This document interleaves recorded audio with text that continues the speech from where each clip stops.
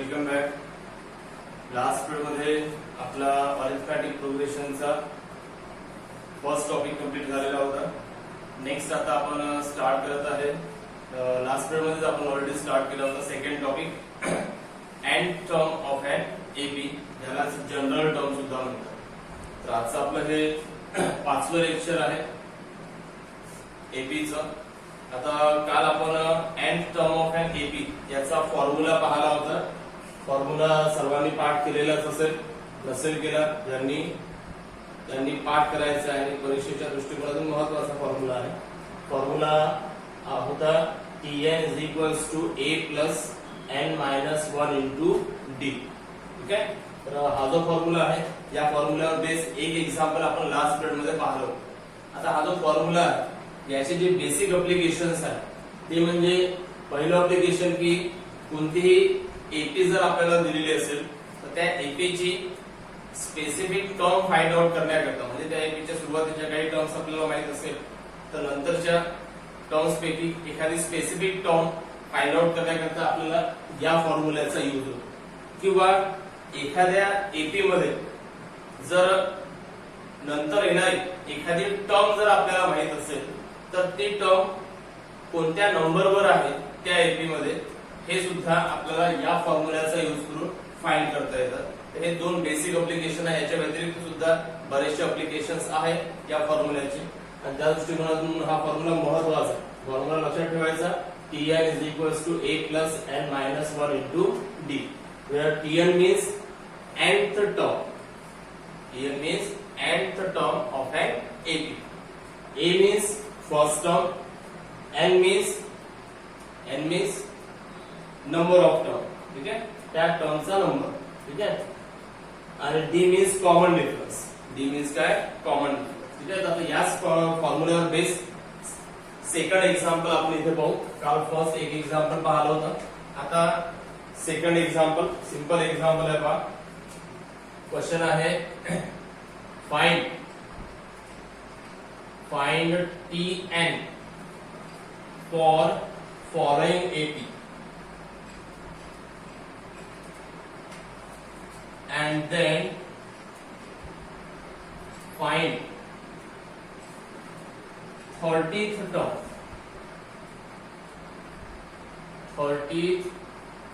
term of AP. नंतर AP दिलेला आहे 3, 8, 13, 18 and so on. म्हणजे पाहिजे आपल्याला क्वेश्चन असा आहे फाइंड Tn. आता इथे आपल्याला हा एपी दिलेला आहे आणि या एपी करता हा एपी दिलेला आहे 3, 8, 13, 18 and so on.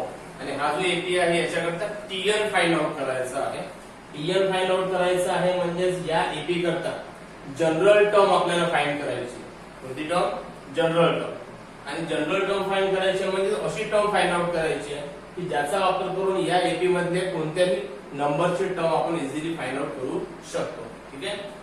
तर जनरल टर्म या एपीची फाइंड आउट करायची म्हणजे Tn फाइंड आउट करायची आहे आणि त्याच्यानंतर आपल्याला फाइंड करायची आहे या एपीची 30th टर्म. कोणती टर्म? 30th term. या दोन्ही गोष्टी आपण इथे फाइंड करू. कशा प्रकारे फाइंड करायच्या पहा. सर्वात पहिलं काम म्हणजे नेहमीप्रमाणे इथे लिहायचा T1. सांग किती आहे T1? 3. T2 किती आहे? 8. T3 किती आहे? 13. T4 18. या 4 टर्म्स दिलेल्या आपण लिहिलं.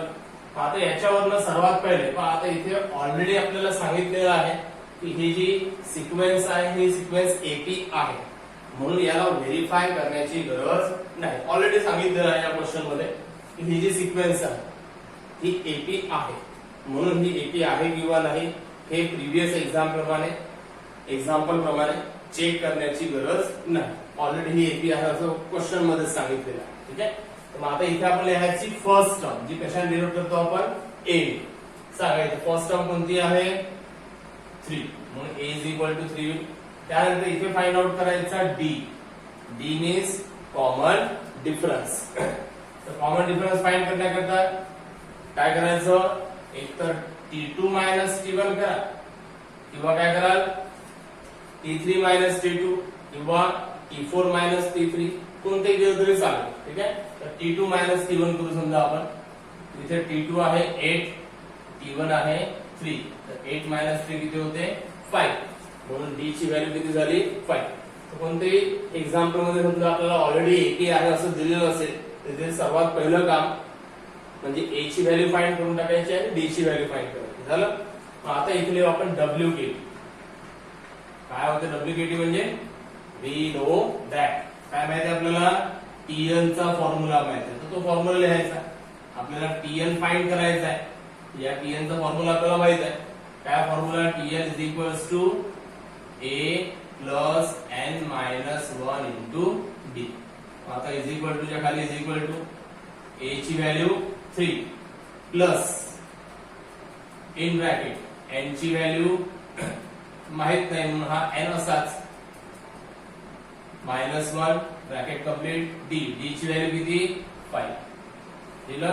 आता पुढच्या स्टेप मध्ये हा 3 असाच प्लस या 5 ने या ब्रॅकेटच्या दोन्ही टर्मला मल्टिप्लाय करायचं. तर या 5 ने n ला पण मल्टिप्लाय करावं लागेल 1 ला पण मल्टिप्लाय करावं लागेल. 5 इंटू n होईल 5n मायनसच्या जागेवर मायनस 5 1 जा 5. ठीक आहे. मग आता Tn इज इक्वल टू हा 3 आणि हा मायनस 5 किती होईल 3 मायनस 5 इज मायनस 2. आणखी काय इथे 5n म्हणून इथे होईल 5n मायनस 2. हा 5n इथे लिहिला 3 मायनस 5 so होईल मायनस 2. इथे पहा Tn इज इक्वल्स टू आपल्याला मिळालं 5n मायनस 2. तर ही जी एपी आहे याकरता Tn ची व्हॅल्यू होईल 5n मायनस 2. म्हणजे या एपी ची जनरल टर्म म्हणजे ही जी एपी आहे असं आपल्याला म्हणता येईल की या एपी करता जो रूल आहे ज्या रूल नुसार या टर्म्स इथे या एपी मध्ये आलेले आहे तो रूल म्हणजे आहे 5n मायनस 2. 5n मायनस 2 या रूल नुसार या टर्म्स या एपी मध्ये आलेल्या आहेत. तर याला समजा आपण जनरल टर्म. ही जनरल टर्म म्हणजे Tn आपण फाइंड केली 5n मायनस 2.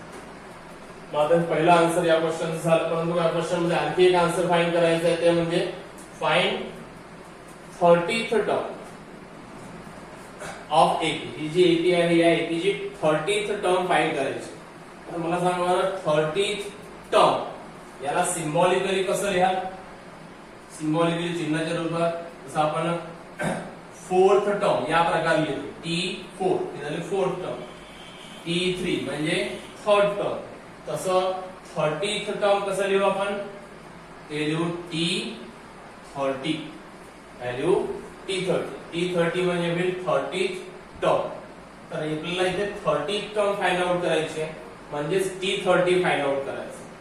आता T30 कसा फाइंड करायचा तर या एपी करता जनरल टर्म आपल्याला मिळालेली आहे जी आहे Tn is equals to 5n minus 2. आता आपल्याला T30 जर फाइंड करायची आहे तर याच्यामध्ये हा जो n आहे या n च्या जागेवर किती आलं पाहिजे 30 आलं पाहिजे. या n च्या जागेवर जर 30 आलं तर हे होऊन जाईल T30. आता n च्या जागेवर 30 आलं पाहिजे म्हणून या n ची व्हॅल्यू किती पुट अप करू आपण 30. किती पुट अप करू 30 आणि म्हणून इथे लिहायचं T30. काय करायचं लक्षात आलं का. या जनरल टर्म मध्ये n ची व्हॅल्यू किती पुट अप करायची 30 कारण की आपल्याला काय पाहिजे T30. इथे आहे Tn तर n च्या जागेवर किती पुट अप करू आपण 30. इथे जर n च्या जागेवर 30 पुट अप केलं इथे प्रत्येक जागेवर n च्या जागेवर 30 पुट अप करायचं. तर T30 is equals to 5 into 30 minus 2. इथे पण n च्या जागेवर 30 पुट अप केलं. आता T30 इज इक्वल्स 5 इंटू 30 किती होईल 150 मायनस 2. तर T30 इज इक्वल्स किती होईल 148. तर सम आणि म्हणून इथे therefore 30th टर्म इज 148. या प्रकारे आता आपल्याला जनरल टर्म आणि 30th टर्म या दोन्ही टर्म फाइंड आउट करता. सिंपल आहे करता येईल. Next question number 3.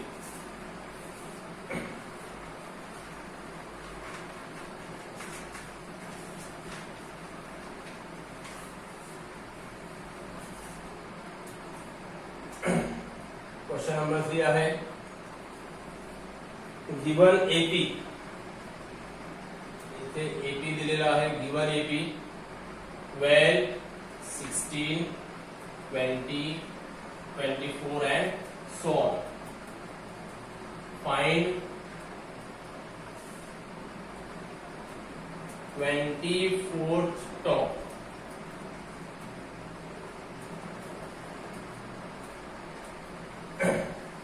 काय म्हटलं, given AP is 12, 16, 20, 24 and so on. Find 24th term. Simple example आहे बा, इथे आपल्याला एक एपी दिलेला आहे आणि या एपी ची 24th टर्म फाइंड आउट करायची. कोणती टर्म? 24th term. आता मला सांगा बरं, 24th टर्म याला सिम्बॉलिकली कसं लिहाल? 24th टर्म याला लिहू आपण T24 या. 24th टर्म फाइंड आउट करायचे म्हणजेच आपल्याला T24 फाइंड करायचं. तर याचं स्टार्ट करू आपण सोल्युशन. सिंपल सोल्युशन आहे पहा पुन्हा. सर्वात पहिले काय लिहू आपण इथे? हियर T1 किती आहे? T1 12, T2 16, T3 20, T4 24.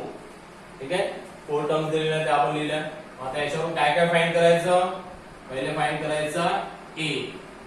चला, A ची व्हॅल्यू किती? A ची व्हॅल्यू 12. D पण फाइंड करायचा. D म्हणजे कॉमन डिफरन्स. काय, कोणता फॉर्म्युला यूज कराल? D साठी काय कराल? T2 minus T1. D is equals to T2 minus T1 किंवा T3 minus T2 केलं तरी चालेल. आता T2 किती आहे? 16 minus T1 किती आहे? 12. 16 minus 12 किती? 4. तर D ची व्हॅल्यू झाली 4. ठीक आहे.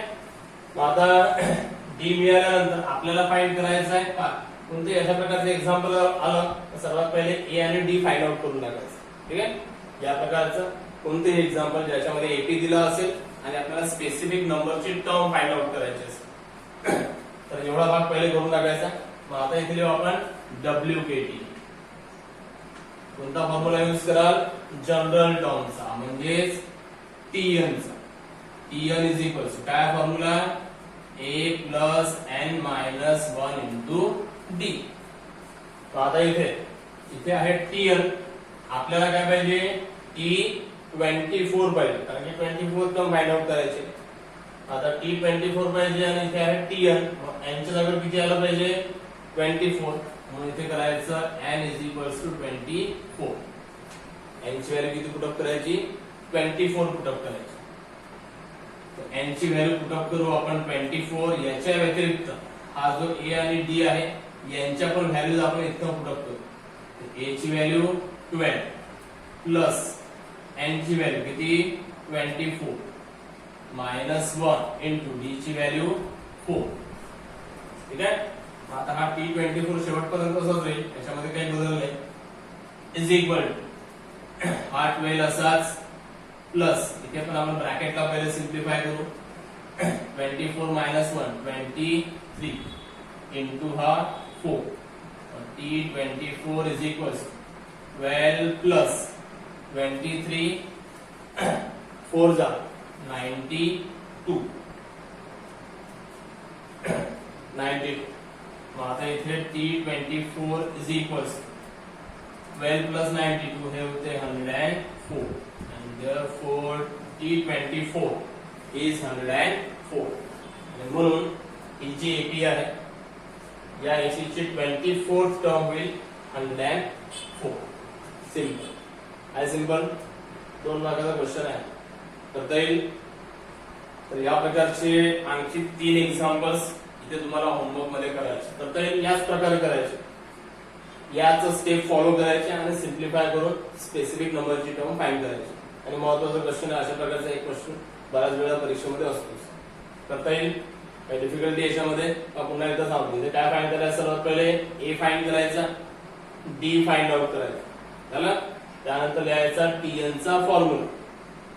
आता इथे n ची व्हॅल्यू ही आपल्याला डिसाइड करावं लागेल. कोणाची व्हॅल्यू? n ची. कशी डिसाइड करायची?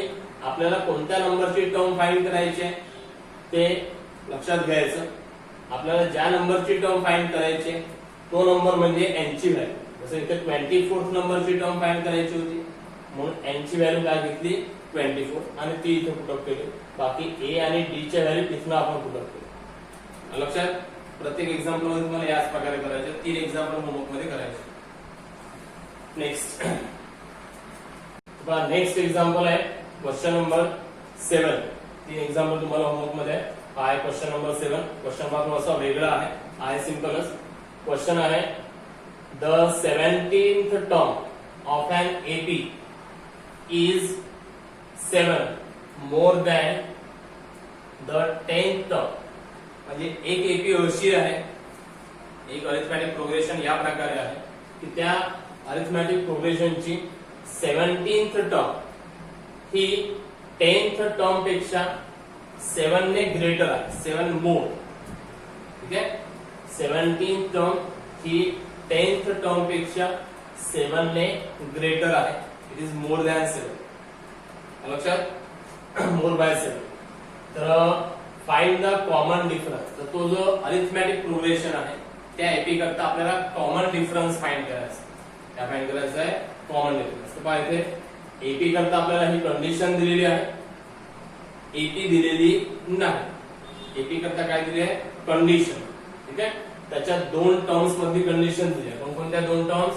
17th टर्म आणि 10th टर्म. या 2 टर्म्स मधला रिलेशन दिलेला आहे आणि त्याचा वापर करून त्या एपी करता कॉमन डिफरन्स फाइंड करायचा आहे. म्हणजे डी फाइंड आउट करायचा. कॉमन डिफरन्स कशाने डिनोट करतो आपण? डी. तर डी फाइंड आउट करायचं. ठीक आहे. तर हे स्टार्ट होते याचं सोल्युशन. पहा इथे कशा प्रकारे सॉल्व्ह करायचं. आता ही जी एपी आहे त्या एपी करता आपल्याला नावगाव वस्तू काहीच माहित नाही म्हणून इथे स्टार्ट करायचं. Let the first term D A. समजा आपण जी एपी आहे त्या एपी करता फर्स्ट टर्म घेतली a and common difference is equal to d. First term घेतली आपण ए एपी करता आणि कॉमन डिफरन्स घेतला डी. आपण जो युजली आपण पाहिलंच आहे कोणत्याही एपी करता फर्स्ट टर्म आपण ए ने डिनोट करतो आणि कॉमन डिफरन्स कशाने डिनोट करतो? डी. ठीक आहे. आता या एपी करता आपल्याला 17th टर्म आणि 10th टर्म या 2 टर्म मधलं रिलेशन दिलेलं आहे. 17th टर्म आणि 10th टर्म या दोघांमधलं रिलेशन दिलं आहे. म्हणून आपण TN चा फॉर्म्युला यूज करून सर्वात पहिले आपण या दोन्ही टर्म फाइंड आउट करून घेऊ in terms of a and D. काय सांगितलं? लक्षात आलं का? इथे 17th टर्म आणि 10th टर्म या दोन्ही टर्म मधलं रिलेशन आपल्याला दिलेलं आहे आणि त्यामुळे या दोन्ही टर्म आपण इन टर्म्स ऑफ ए आणि डी फाइंड आउट करू by using the formula of TN. म्हणून इथे मी सर्वात पहिले लिहितो फॉर्म्युला. कोणता? TN चा. TN इज इक्वल्स टू काय formula? a plus n minus 1 into D. दिला फॉर्म्युला. मग आता इथे आपल्याला 17th टर्म आणि 10th टर्म दोघांमधलं रिलेशन दिलंय म्हणून पहिले आपण 17th टर्म फाइंड आउट करू. 17th टर्मला शॉर्ट मध्ये कसं लिहाल? T17 आणि 10th टर्मला कसं लिहाल? T10. म्हणून पहिले आपण T17 फाइंड करू आणि T10 फाइंड. तर T17 फाइंड करण्याकरता इथे n ची व्हॅल्यू किती पुट अप कराल? T17 फाइंड करण्याकरता n ची व्हॅल्यू किती पुट अप कराल? 70. म्हणजे n ची जागा पुट अप करायचं 70 इज इक्वल टू हा a असाच कारण की a ची व्हॅल्यू माहित नाही प्लस इथे काय होईल? 17 मायनस 1 इंटू हा d. तर T17 is equals a plus 17 minus 1 किती होईल? 16 d. ही मिळाली आपल्याला T17 ची व्हॅल्यू a प्लस 16 d. याला म्हणू आपण इक्वेशन नंबर 1 फर्स्ट. त्यानंतर 10th टर्म ही पण फाइंड आउट करू आणि 10th टर्म फाइंड करण्याकरता याच फॉर्म्युल्यामध्ये n ची व्हॅल्यू किती पुट अप कराल? 10. कारण की 10th टर्म म्हणजे T10 तर या n च्या जागेवर 10 आलं पाहिजे म्हणून n ची व्हॅल्यू पुट अप करू आपण 10. n ची किती व्हॅल्यू पुट अप केली? 10. मग इकडे पण n ची व्हॅल्यू 10 पुट अप करायची.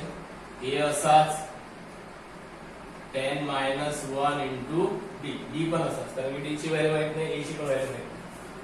आता T10 इज इक्वल्स ए ची व्हॅल्यू ए असाच, 10 मायनस 1 इज 9, हे विल 9. याला म्हणून आपण इक्वेशन नंबर 2. लक्षात. तर आपल्याला T17 मिळाला आणि T10 पण मिळाला in terms of a and D. हा फॉर्म्युला यूज केला. त्याच्यामध्ये पहिल्यांदा n ची व्हॅल्यू घेतली 17, नंतर n ची व्हॅल्यू घेतली 10. तर आपल्याला T17 आणि T10 या दोन्ही टर्म्स मिळाल्या in terms of a and d. But by given condition,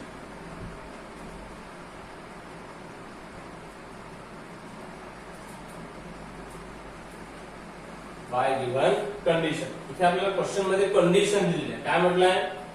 17 term of an AP is 7 more than 10th term. आता ही कंडिशन आपण इथे सिम्बॉलिकली लिहू. कशा प्रकारे लिहिता येईल पहा. काय म्हटलंय? 17th टर्म म्हणजे 17th टर्म म्हणजे T17. 17th टर्म म्हणजे T17. ठीक आहे. ऑफ एन एपी इज म्हणजे इज इक्वल टू 7 मोर, 7 मोर म्हणजे plus 7 than 10th term, than 10th term. म्हणजे या एपीची 17th टर्म ही 10th टर्म पेक्षा 7 ने ग्रेटर आहे. 7 ने कशी आहे? ग्रेटर. म्हणजे 10th टर्म मध्ये जर आपण 7 ऍड केला तर मग आपल्याला 17th टर्म मिळेल. तर ही जी कंडिशन आहे याला सिम्बॉलिकली या प्रकारे इथे लिहिता येते. आता सिम्बॉलिकली या प्रकारे लिहिल्यानंतर याच्यामध्ये आपण T17 आणि T10 या दोघांच्या ज्या व्हॅल्यूज फर्स्ट इक्वेशन आणि सेकंड इक्वेशन मध्ये फाइंड केल्या त्या व्हॅल्यूज इथे पुट अप करायच्या. T17 ची व्हॅल्यू आहे a plus 16d is equals to T10 ची व्हॅल्यू आहे a प्लस 9d प्लस हा 7 असाच. ही T17 ची व्हॅल्यू आणि ही T10 ची व्हॅल्यू, या दोघांच्या व्हॅल्यूज पुट अप केल्या. इथे रिझल्ट लिहून टाकायचा फ्रॉम फर्स्ट अँड सेकंड. दिलो. आता याला सिम्प्लिफाय करा. पहा या इक्वेशनच्या लेफ्ट साइडला पण a आहे, राइट साइडला पण a आहे. हा a कॅन्सल.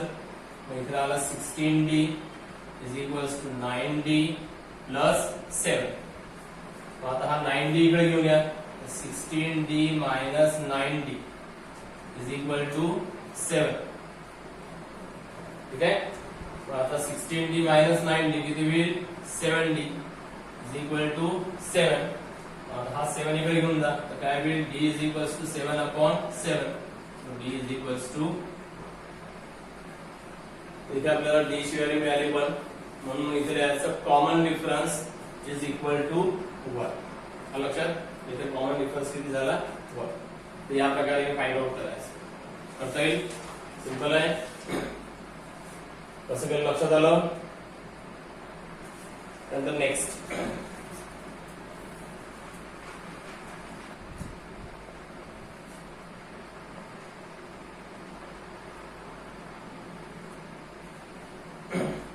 नेक्स्ट आहे टू फाइंड n.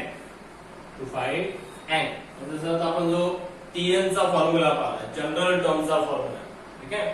त्या फॉर्म्युल्यामध्ये त्या फॉर्म्युल्याचा यूज करून n ची व्हॅल्यू कशा प्रकारे फाइंड आउट करायची. म्हणजे जसं एखादा सिक्वेन्स आहे, जसं आता काल आपण पाहिलं होतं की समजा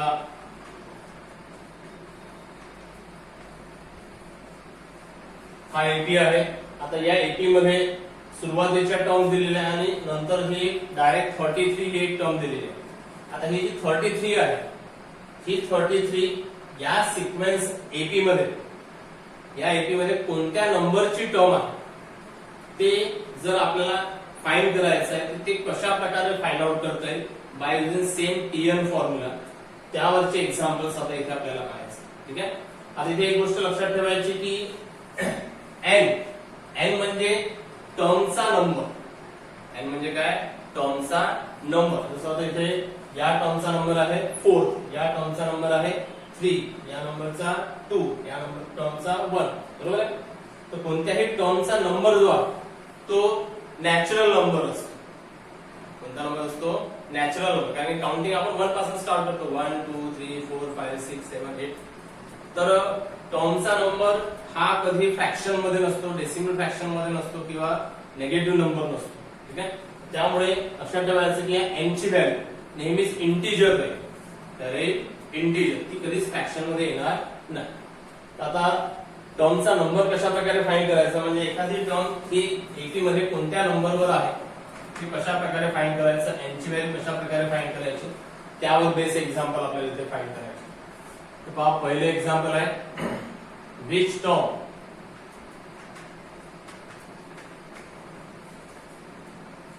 of AP is 560. AP दिला आहे 2, 11, 20, 29 and so on. तर पहा इथे आपल्याला हा एक AP दिलेला आहे आणि या AP मध्ये 560 ही एक टर्म आहे. 560 ही एक टर्म आहे, परंतु ही कोणत्या नंबरची टर्म आहे ते आपल्याला इथे फाइंड आउट करायची. Which term of AP is 560. ही जी AP आहे या AP मध्ये 560 ही कोणत्या नंबरची टर्म आहे हे आपल्याला इथे फाइंड आउट करायचं. ठीक आहे. कशा प्रकारे फाइंड करायचं पहा. हे स्टार्ट होते सोल्युशन. तर इथे सुद्धा T1 ची व्हॅल्यू किती 2, T2 ची व्हॅल्यू 11, T3 ची व्हॅल्यू 20 आणि T4 ची व्हॅल्यू 29. इथे पण ऑलरेडी दिलेलं आहे की ही जी सिक्वेन्स आहे ही काय आहे AP आहे, म्हणून चेक करण्याची गरज नाही. सांगा इथे A ची व्हॅल्यू किती 2, D ची व्हॅल्यू काय कराल T2 मायनस T1 म्हणजे 11 - 2 किती होईल 9. ठीक आहे. आता इथे A ची व्हॅल्यू मिळाली, D ची व्हॅल्यू मिळाली, परंतु आपल्याला फाइंड करायचं आहे की 560 ही या AP मध्ये कोणत्या नंबरची टर्म आहे. म्हणून इथे करायचं let this 560 it is nth term of an AP. म्हणजे आता ही या AP ची कोणत्या नंबरची टर्म आहे ते आपल्याला माहित नाही, म्हणून समजा म्हटलं आपण किती nth नंबरची टर्म आहे. कोणत्या नंबरची nth नंबर. म्हणून इथे लिहायचं let Tn is equals to 560. Let काय लक्षात आलं का. Let Tn is equals to 560 याचा अर्थ की 560 it is nth term of this AP. याचा अर्थ लक्षात आलं का. 560 is nth term of this AP. ठीक आहे. तर आता ही 560 या AP ची nth टर्म आहे असं आपण इथे लिहिलंय. तर या n ची व्हॅल्यू आपण इथे फाइंड आउट करू आणि n ची जी व्हॅल्यू असेल ती व्हॅल्यू म्हणजे या टर्मचा हा 560 चा तो नंबर असेल या AP मध्ये. ठीक आहे. त्याकरता इथे पुन्हा लिहायचा फॉर्म्युला WKT. कोणता formula Tn is equals to काय formula A plus n minus 1 into D. ठीक आहे. आता इथे Tn आहे, या Tn ची व्हॅल्यू आपण कन्सिडर केली आहे किती आहे 560. म्हणून इथे लिहायचं 560 is equal A ची व्हॅल्यू किती 2. ठीक आहे. प्लस आता हा जो n आहे पहा इथे हा n एकटा नाहीये, हा Tn आहे आणि या Tn ची व्हॅल्यू आपल्याला माहिती होती 560. म्हणून या कंप्लीट Tn ची जागेवर लिहिलं आपण 560. परंतु इथे फक्त n आहे, तर या n ची व्हॅल्यू आपल्याला फाइंड आउट करायची. तर हा n असाच ठेवायचा -1 इंटू D ची व्हॅल्यू किती 9. ठीक आहे. मग हा 560 असाच 2 प्लस या 9 ने या ब्रॅकेटला मल्टिप्लाय करून टाका. 9 into n 9n minus 9 1 जा 9. 560 is equals आता हा 9n असाच लिहून टाकला 2 minus 9 किती होईल 2 minus 9 -7. आता -7 इकडे घेऊया. 560 प्लस 7 -7 इकडे आणला +7 इज इक्वल टू 9n. आता 560 plus 7 567 is equal to 9n. आपल्याला फक्त n ची व्हॅल्यू फाइंड आउट करायची आहे. तर या 9 ला इकडे हात लावावा लागेल. हा 9 इथे मल्टिप्लिकेशन मध्ये आहे, इकडे आणला तर डिव्हिजन. म्हणजे इथे काय होईल 567 upon 9 is equal to n. ठीक आहे. 9 इकडे आणला डिव्हिजन मध्ये झाला. आता 567 ला 9 ने डिवाइड करा.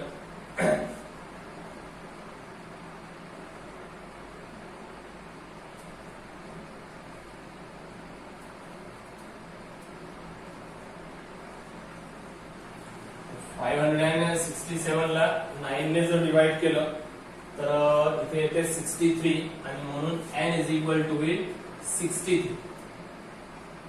n इज इक्वल टू किती 63.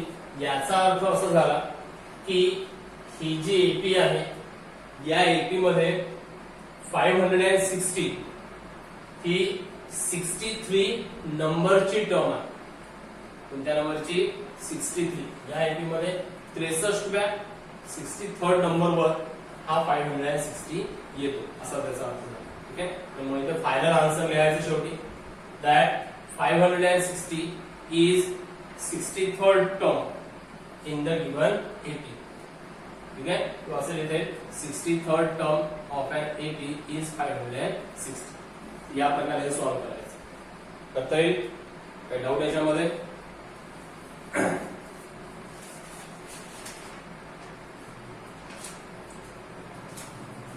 याच प्रकारचं आणखी एक एक्झाम्पल आहे, ते तुम्हाला होमवर्क मध्ये सॉल्व्ह करायचं आहे आणि त्याच्यावर बेस आणखी एक्झाम्पल्स आहे.